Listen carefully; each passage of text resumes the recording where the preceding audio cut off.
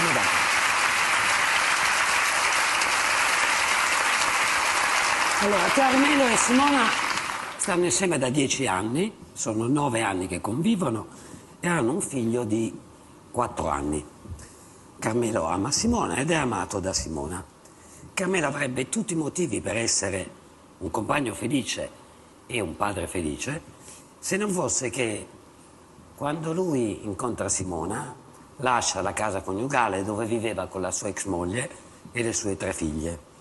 Tutte e 3 le sue 3 figlie non vogliono né vedere né sentire Simona.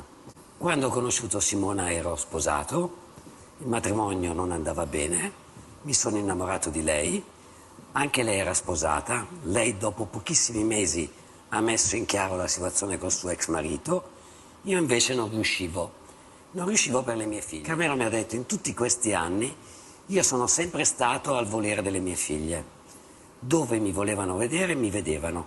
Non potevo andare a casa loro perché c'era la mia ex moglie, non venivano a casa mia perché c'era Simona.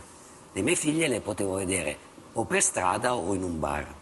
Ad ogni occasione ufficiale, Natale, compleanni, fino a che non è nato il bambino, io ho sempre messo da parte Simona e ho presenziato ad ogni occasione ufficiale delle mie figlie.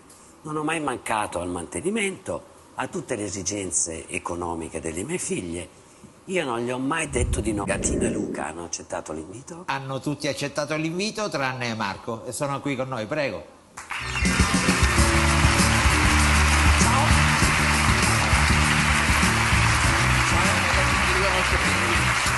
Ciao Maria. Ciao. Ciao. Accomodatevi. Allora, intanto grazie di essere qua. Tra poco vediamo chi vi ha mandato a chiamare. Dall'altra parte ci sarà silenzio. Io vi lascio solo 10 secondi e poi mi dite se avete voglia di ascoltare. Ok. Tutto a posto? Sì. Ok, apriamo la busta. Capitate pure a me, mi sono spartuto ma sto buono insieme a nata. E non esistono perché quando succede è solo cuore che decide. L'unica cosa che non può mai cancellare sono solamente figli tuoi. L'unico amore che mai non muore. È capitato pure a me, si soffre poco quando sta insieme con loro.